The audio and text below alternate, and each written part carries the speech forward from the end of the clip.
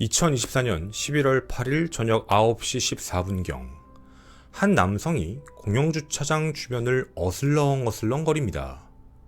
무언가를 찾고 있는 걸까요?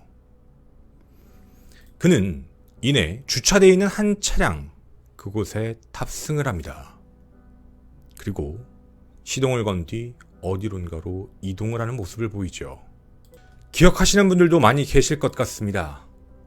작년 서산 렌터카 살인사건이라고 불렸던 끔찍한 살인사건. 범인 김명현. 사실 저질렀던 범죄에 대한 내용들은 과거에 여러분에게도 한번 전해드렸었는데요. 사실 저는 1심 선고가 이렇게 나올 거라고는 상상조차 못했습니다. 정확히 표현하면요, 솔직히 사형 줘야 되는 거 아닌가? 범행 동기도, 범행 수법도, 그 안에 있었던 내용들도 너무 잔혹했기 때문입니다. 유가족분들은 울분을 토하셨습니다. 가슴에서 새끼가 울고 있는데 어떡하냐. 사형시켜야지. 이게 말이 되느냐. 1심 재판부는요, 김명현에게 징역 30년형을 선고합니다. 전자장치 부착이요, 그런 것도 없습니다. 이대로 판결이 끝나면 30년 후 김명현은 세상에 나오게 됩니다. 물론 이런 생각도 드실 겁니다. 가석방 받으면 현행 대한민국 법상 유기징역형이면 형기의 3분의 1 이상을 채웠을 때 가석방 심사가 가능하다라는 이야기도 있습니다. 그러면 10년에서 15년 뒤면 어쩌면 나올 수도 있다라는 생각도 드네요. 제가 이 징역 30년을 절대 믿을 수 없는 이유가 더 있습니다. 그동안 세간에 알려졌던 내용과는 완전히 다른 내용이었기 때문입니다. 뭐가 달랐냐고요? 첫째, 피해자분은 차량 안에서 사망하시지 않았습니다. 죽어가고 있었습니다. 그 와중에도 김명현은요, 자신의 목적을 이루기 위해 시신을 유기하러 갑니다. 물론 당시엔 돌아가신 상태가 아니었죠. 그렇게 차가운 곳에서 서서히 피해자분은 돌아가셨습니다. 두 번째, 그가 저질렀던 범행 과정에 대한 이야기였습니다. 세간에 알려진 것보다 훨씬 더 말도 안 되고 더 잔혹했던 내용들이었죠. 오늘 여러분과 그 서산 렌터카 살인사건의 전말을 더 자세히 살펴보고 그에게 1심은 징역 30년을 선고한 재판부가 도대체 뭐 때문에 30년을 준 건지 여러분의 생각 같이 해보고 싶습니다. 김원사건 파일 김원사건 파일 서산 렌터카 살인사건 김명현, 그의 잔혹범죄의 편입니다.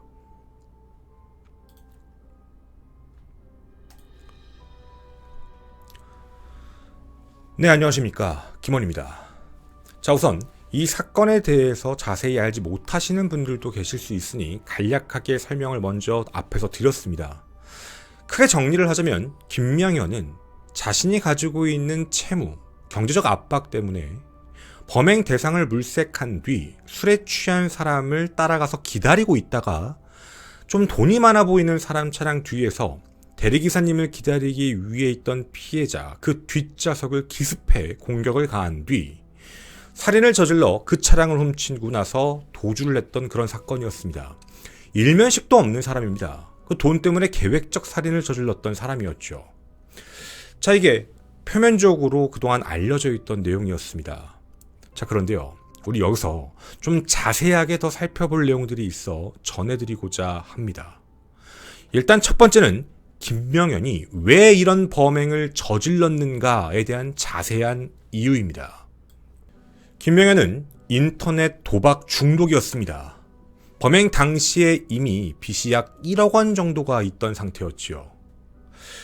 자, 그럼 열심히 일을 해서 갚으면 되는 거였습니다. 당시 김명현의 월급이 약 300에서 350만 원 정도 사이였기 때문에 차근차근 갚아 나간다면, 그리고 도박 중독을 치료해내려고 열심히 노력을 했더라면 이런 일은 발생하지 않았을 겁니다. 그런데 김명현은 전혀 다른 생각을 하게 됩니다. 범행을 저질렀냐고요? 아닙니다. 사건 발생일이었던 2024년 11월 8일 아침, 띵동 하고 핸드폰이 울립니다. 바로 김명현의 핸드폰 알림이었죠. 월급이 입금됐습니다. 급여 320만 원이었죠. 김명현은 그 320만 원을 가지고 뭘 했을까요? 분명히 우리가 듣기로는 범행을 저질렀을 때 돈이 없어서 저질렀다고 했는데, 아니 급여를 받은 날 왜 살인을 저질렀지? 여러분 예상하는 그 이유입니다. 그 320만 원 전액을요, 또다시 인터넷 도박에 걸게 됩니다. 그리고 탕진해버리죠. 그렇게 돈이 없어서 범행을 저지른 걸까? 아닙니다.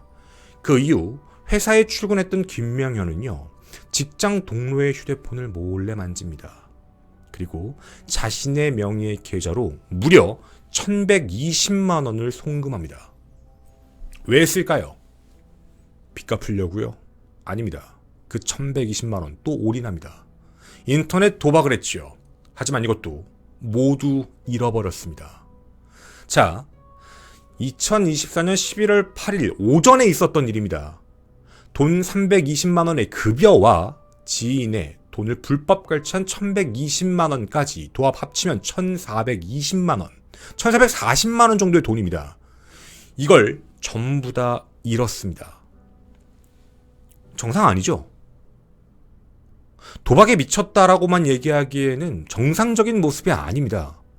근데 이때 김명현은 생각을 바꿉니다. 범행을 저질러야 되겠다. 자, 이게 김명현의 실제 범행 동기입니다. 납득이 가시나요? 자기가 그동안 저질러 놓았던 빚도 있는데 이를 난 급여도 바로 당일날 탕진을 해버리고 그 뒤에 다른 돈까지도 썼던 그 사람이 모든 재산을 탕진하자 범행을 저지른다.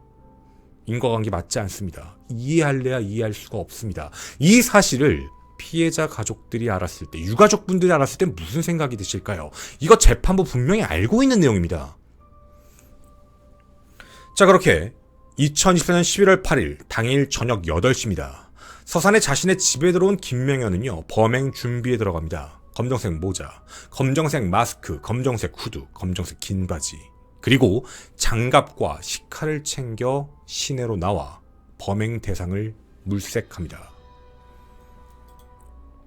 범행 대상도 그냥 물색한 게 아니었습니다. 김명현은 두 가지 조건을 걸었습니다. 하나, 자신보다 약해 보일 것. 약해 보일 것의 전제 조건은 또 하나가 붙게 되죠. 이 두 번째 목적. 만약 건장해 보인다면 술에 취한 사람. 그 두 번째 목적은 바로 겉으로 봤을 때 돈이 많아 보이는 사람이어야만 했습니다. 당일 피해자분은요, 충남 보령시에서 사업체를 운영하고 계신 분이었는데 그날 저녁 충남 서산에서 전 직장 동료들과 함께 회식 자리를 갖게 되십니다. 그리고 술을 드시고 난 이후 완전히 만취 상태도 아니셨습니다. 공영 주차장에 주차해 놓은 차량을 향해 걸어가시고 대리기사님을 부르고 기다리고 계셨지요. 바로 김명현의 타겟이 됐던 겁니다.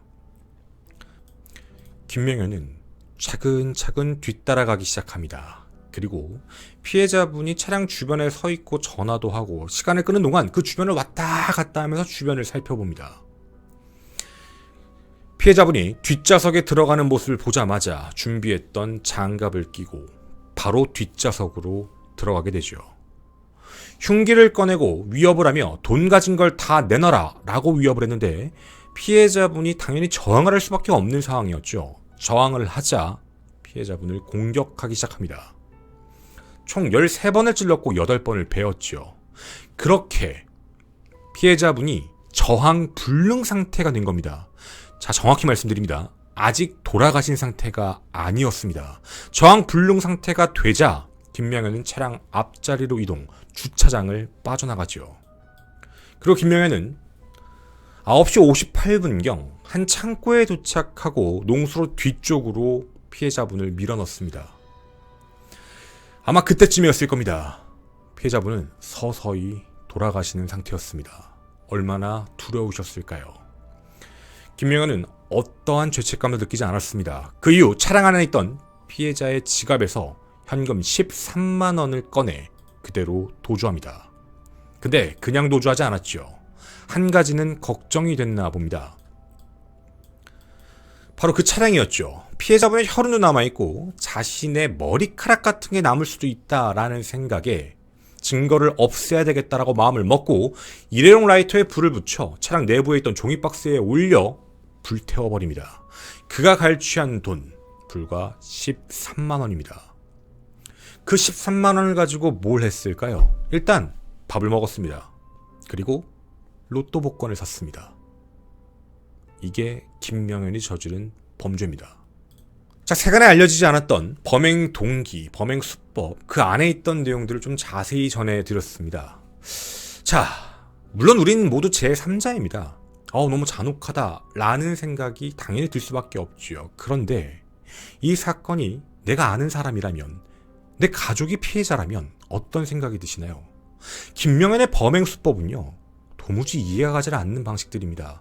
어떻게 사람이 저럴 수가 있을까 싶을 만큼, 그리고 피해자분을 굳이 죽이지 않았어도 될 만한 이유도 있었습니다. 그런데도 피해자를 끔찍하게 점점 사망하게 방치했던 게 김명현이었죠. 자, 이런 끔찍한 범행이었습니다. 기존에 있었던 잔혹한 강도살인 범죄, 대부분 형량은 무기징역형이었죠. 정말 나쁜 놈들, 사형을 받아야 된다라고 생각했던 애들 다 무기징역입니다.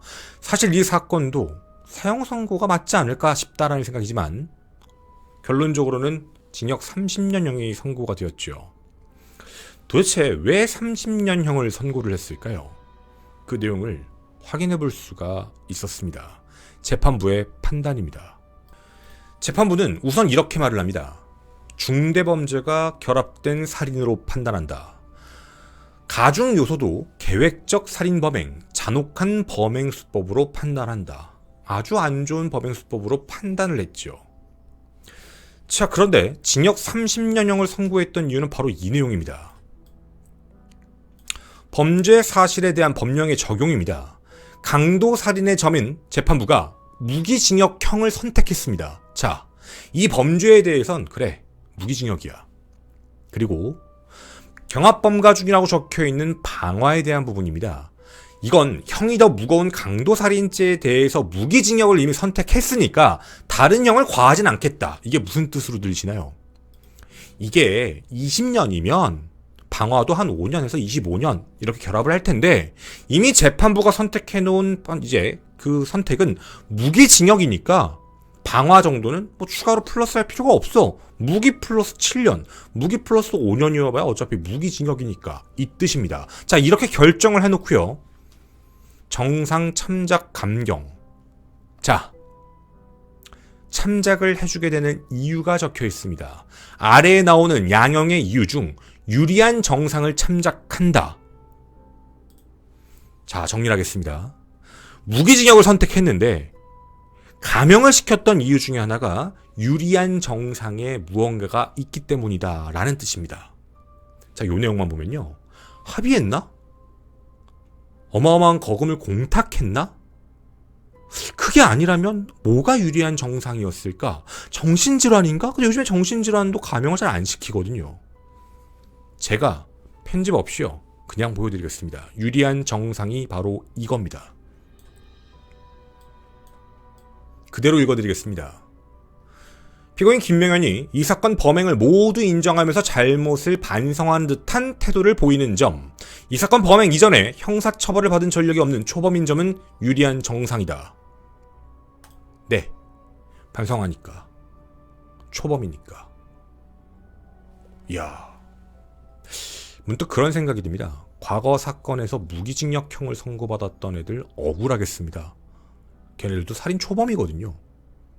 별다른 형사처벌 전력이 없다라고 적혀 있습니다. 걔네들 거기 들어가면 다 반성합니다. 죄송합니다 하고 살고 있거든요. 근데 걔는 무기징역입니다. 우리 그동안 많은 이상한 동기범죄들 많이 보셨죠? 강도살인도 마찬가지고. 근데 걔네들은 무기징역이고, 여기는 판사님의 마음이 아주 넓으십니다.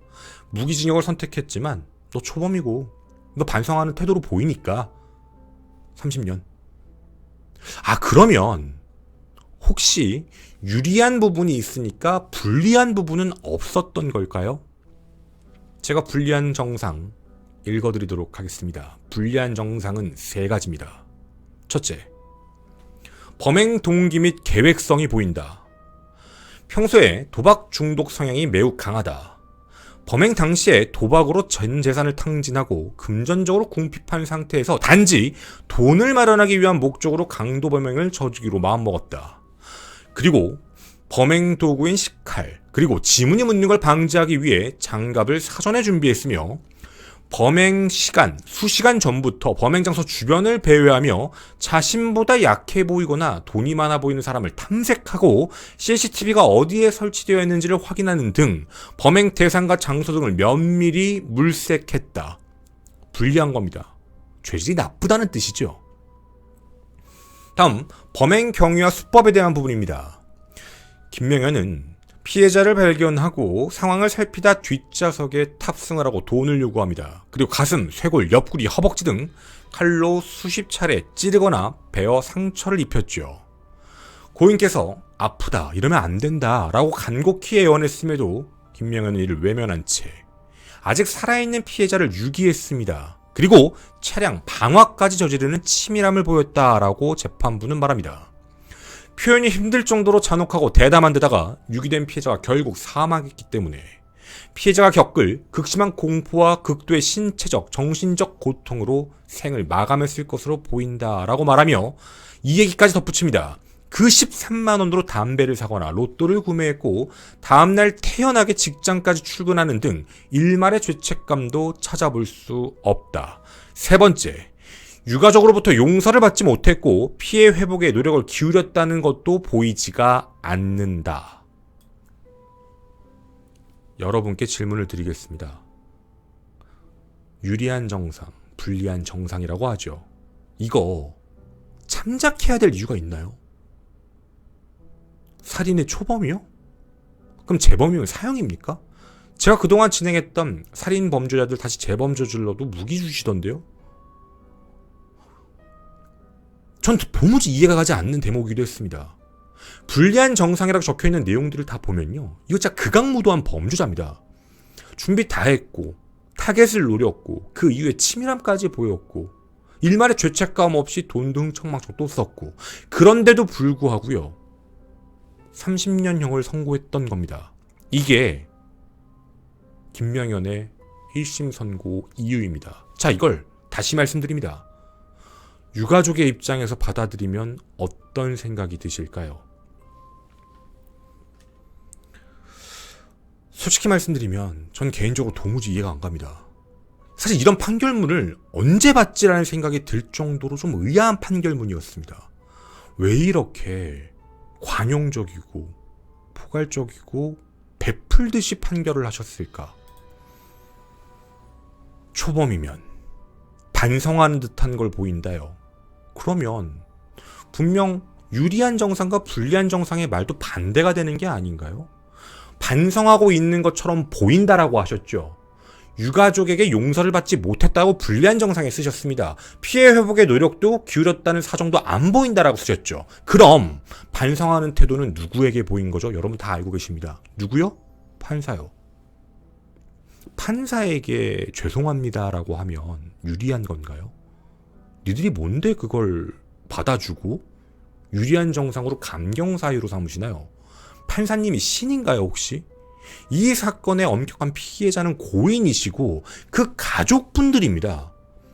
그 가족분들이 용서하지도 않았는데, 그리고 어떠한 피해 회복도 되지 않았는데 정말 당당하게도 재판부의 판사님께서는요 뭔가 반성하고 있는 것처럼 보이는 점이라고 아예 그냥 명시를 하셨습니다.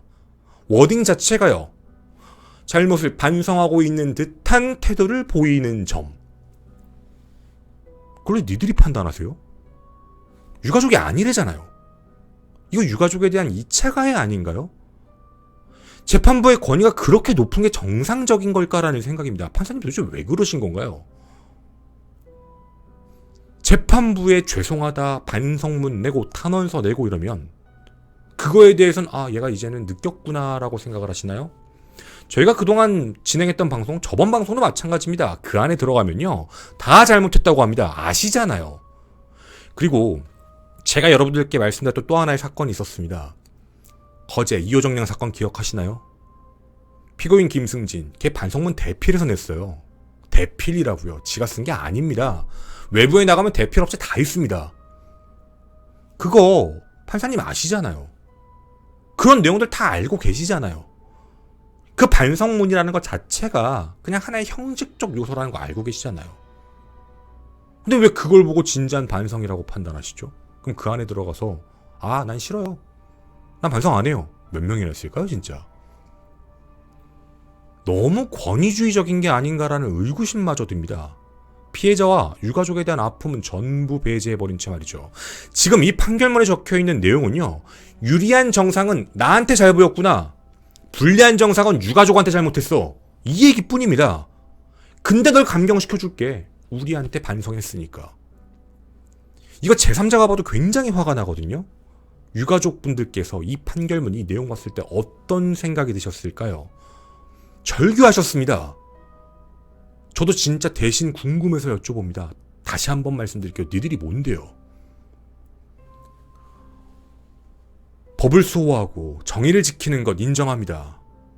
그럼 그 안에서는요, 누구를 보살펴야 된다라는 생각일까요? 당연한 겁니다. 유가족, 피해자입니다. 하지만 이 판결문은 유가족과 피해자를 또다시 공격하는 그런 판결문. 저는 솔직히 표현합니다. 이거 쓰레기 판결문입니다. 전 그런 생각밖에 안 들거든요. 상처를 이런 식으로 주게 되면 누가 법을 믿고요, 누가 검사와 판사를 믿고 나의 억울함을 풀어줄 거야 라고 생각을 하고 신뢰를 할까요?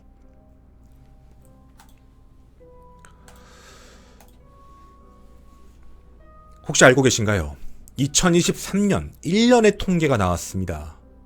제3자, 일면식도 없는 사람에 대해 분풀이, 사회적 적대감, 그리고 동기가 불분명한 묻지마 범행 같은 이런 범행이요, 2023년 한 해에만 900건이 넘었습니다.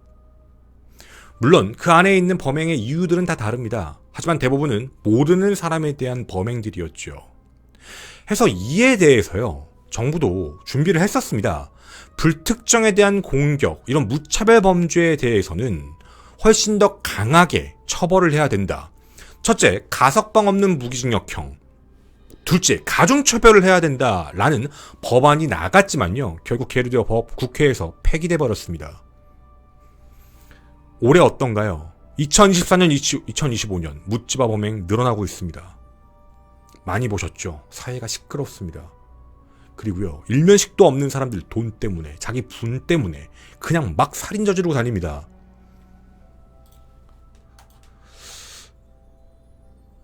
(2023년에) 발의됐던 법안에 따르면 가석방 없는 무기징역형이어야 하는데, 참 자비로우신 판사님께서 유가족을 2차 가해하시면서 징역 30년을 내려주셨네요.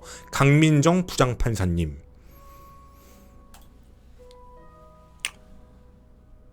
불행일까 다행일까요? 현재 검찰에서도 항소를 했습니다. 양형 부당이다, 잘못됐다라는 뜻입니다. 30년이 말이 되냐. 그런데요, 김명현도 항소했습니다. 30년이 많다라는 이유입니다. 더 내릴 수 있겠구나. 30년 정도 주니까 더 내릴 수 있겠구나. 제가 지금 진행하는 이 방송에서는요, 다른 판결의 형평성에 대해서도 꼭 생각해 주시길 바라는 그 생각. 무조건 무기징역 주세요라는 게 아닙니다. 항소심 재판부에서는 제발 유가족분들, 피해자분들의 마음도 생각하시고, 그가 정말 잘못했다라고 얘기하는 걸 재판부가 받아줄 이유가 있는 건지도 다시 한번 곱씹어 고민해 주셨으면 좋겠습니다. 재판부는 존중받아야 합니다. 하지만 당신들은 신이 아닙니다. 범죄자가 잘못했다라고 얘기하는 그 부분에 대해서 판사가 잘못했다라고 인정할 수 있는 부분은 음주사고, 뭐 그런 부분들, 살인사건 얘기하는 거 아닙니다. 음주사망사고 얘기하는 거 아닙니다. 법을 어겼을 때 피해자에 대한 부분이 있는 게 아니라 그 범법 행위를 저질렀던 사람들에 대한 이야기만 있는 것, 그 사람들의 반성문까지는 이해하겠습니다. 두 번 다시는 음주운전하지 않겠습니다. 어떤 사고가 발생하지 않았을 때 얘기죠. 그런데 피해자가 실제로 존재한다면, 유가족이 존재한다면 그 반성문은 의미가 없습니다. 이들에게 용서를 받는 게 먼저죠. 부디 항소심 재판부에 현명한이라고도 하지 않겠습니다. 논리적이고 균형 잡힌 판결, 가해자와 피해자 및 유가족을 생각하는 판결을 해주시길 진심으로 부탁드립니다. 여러분의 생각 댓글로 기다리겠습니다. 저는 김한 사건 파일의 김원이었습니다. 감사합니다.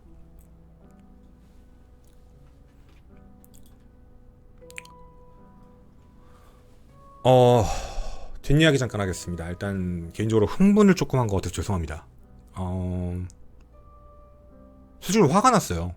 판결문 내용 보면서.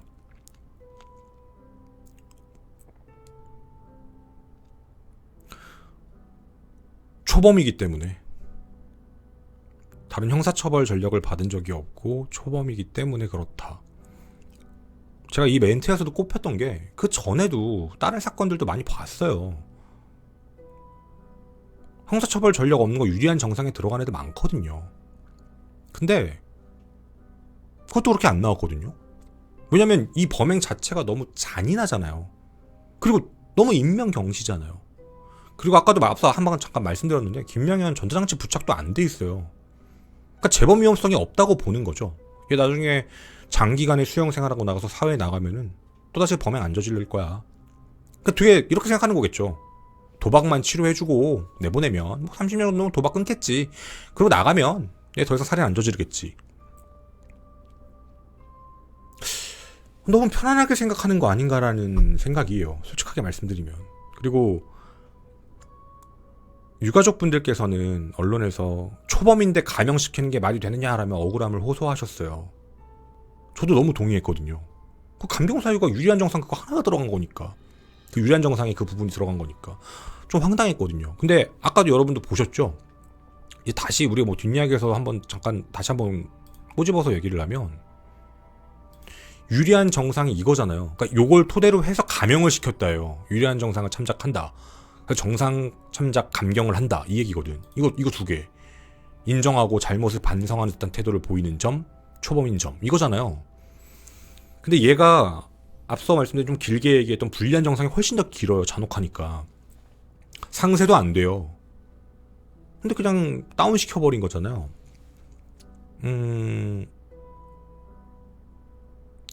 유가족분들께서는 초범에 대한 이야기 당연히 저도 어이가 없지만, 전 그 멘트보다 앞서 말씀드린 거기에 꼽힌 거예요. 더. 아니, 반성하는 점? 반성하는 듯한 태도를, 반성하는 태도도 아니고 반성하는 듯한 태도를 보이는 점. 이게 유리하대요. 누가 보기에? 재판부가 보기에. 그러니까 재판부한테는 반성하는 것처럼 보인다. 근데 유가족한테는 반성 못 받았다. 용서를 못 받았다고 나와 있잖아. 그러면 누가 용서한 거죠? 이걸 합치면 감경을 시켜준 이유가 뭐죠? 재판부 재량이에요. 재판부가 너 반성했네. 유가족 말은 무시한 거잖아요. 너 반성했구나. 난 너가 반성하는 것도 다 그렇게 보여. 그래서 넌 그 유리한 정상을 참작 사유로 받아줄게. 너무 화가 나요. 진짜로. 이게 말이 돼요? 그래서 아까도 좀 세게 얘기했지만 지금도 그 마음에는 후회 없어요. 진짜 니들이 뭔데 도대체. 법을 관장하기 때문에 존중받아야 되고, 존중받아야 되기 때문에 훨씬 더 그분들은 생각을 다 다양하게 하셔야 되는 게 맞아요. 재판이 존재하는, 법이 존재하는 이유가 뭐죠? 결론적으로는 피해자 보호잖아요. 피해자를 보호해야 될 거 아니야. 억울한 사람 안 생기게. 아니, 무슨 생각으로 이런 판결문을 썼지라는 생각이거든요. 이거 자기도 읽어봤을 거 아니야. 이게 유가족들의 입장에선 받아들이기가 어렵다라는 생각이 들지 않을까요? 나 지금도 너무 이해가 안 가요. 제가 방송하면서 뭐 잘못되면 검사님 왜 그러십니까? 판사님 왜 그러세요? 경찰 왜 그러세요? 막 이런 얘기 하잖아요. 각각마다. 저 되게 오랜만에 얘기하는 것 같아요. 판사님 왜 그러세요? 라는 얘기. 아니, 솔직히 지금도 이해가 안 가요. 그 사실 내가 지금 생각이 뭔가 어디로 너무 좀 이렇게 어떻게 보면 끝으로 가 있나? 궁금해서 여러분 생각도 기다리는 거예요. 댓글로. 내가 너무 폐쇄적으로 생각하는 건가? 아무리 곱씹어서 저 멘트를 살펴보더라도 저거는 유가족분들한테 상처가 되는 말인데, 그리고 지들이 알아서 지들한테 반성하는 듯한 모습이 보였으니까 봐주겠다는 얘기가 돼버린 거니까. 결론이요. 법은 무기징역인데 재판부가 느끼기엔 감경돼. 30년 이게 결론입니다. 끝입니다. 감사합니다.